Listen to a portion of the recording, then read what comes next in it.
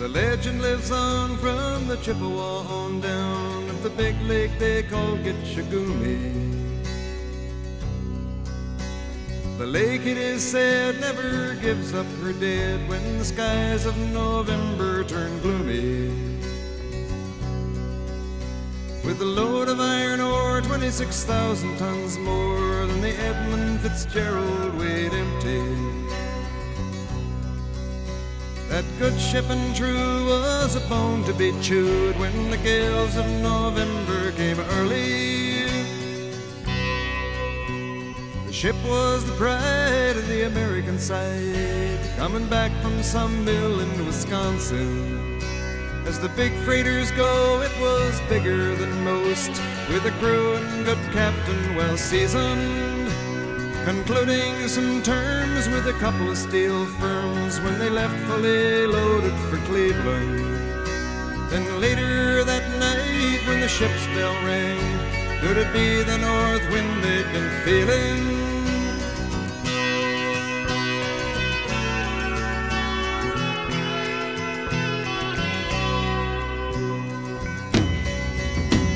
The wind in the wires made a tattletale sound, and the wave broke over the railing. And every man knew, as the captain did too, 'twas the witch of November come stealing. The dawn came late and the breakfast had to wait when the gales of November came slashing. When afternoon came, it was freezing rain in the face of a hurricane west wind.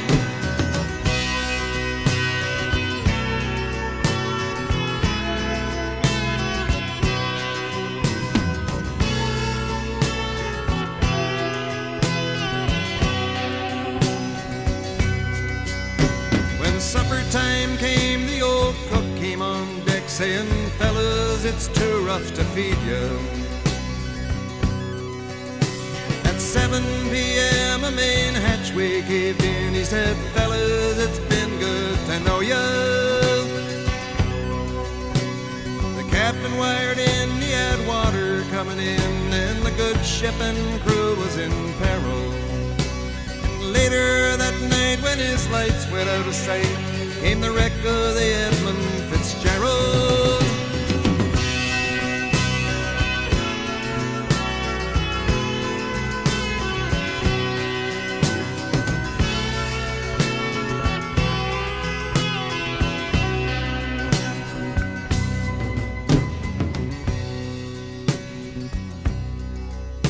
Does anyone know where the love of God goes when the waves turn the minutes to hours?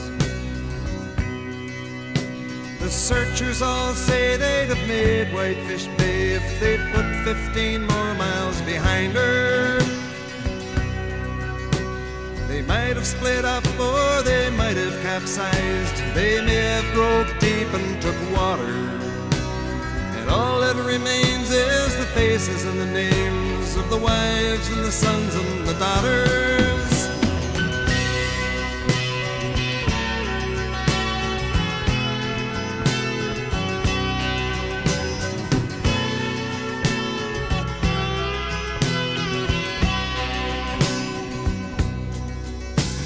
Lake Huron rolls, Superior sings in the rooms of her ice-water mansion. Old Michigan steams like a young man's dreams. The islands and bays are for sportsmen. And farther below, Lake Ontario takes in what Lake Erie can send her. And the iron boats go, as the mariners all know, with the gales of November remembered.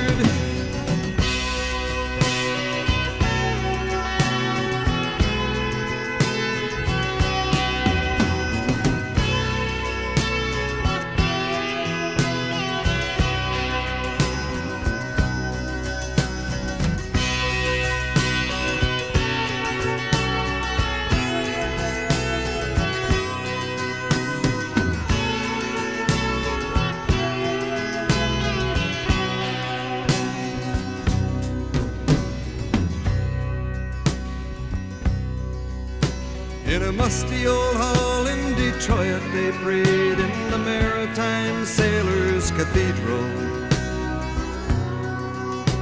The church bell chimed till it rang 29 times for each man on the Edmund Fitzgerald.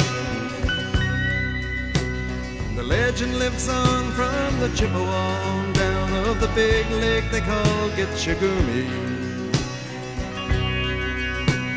Superior, they said, never gives up her dead when the gales of November come early.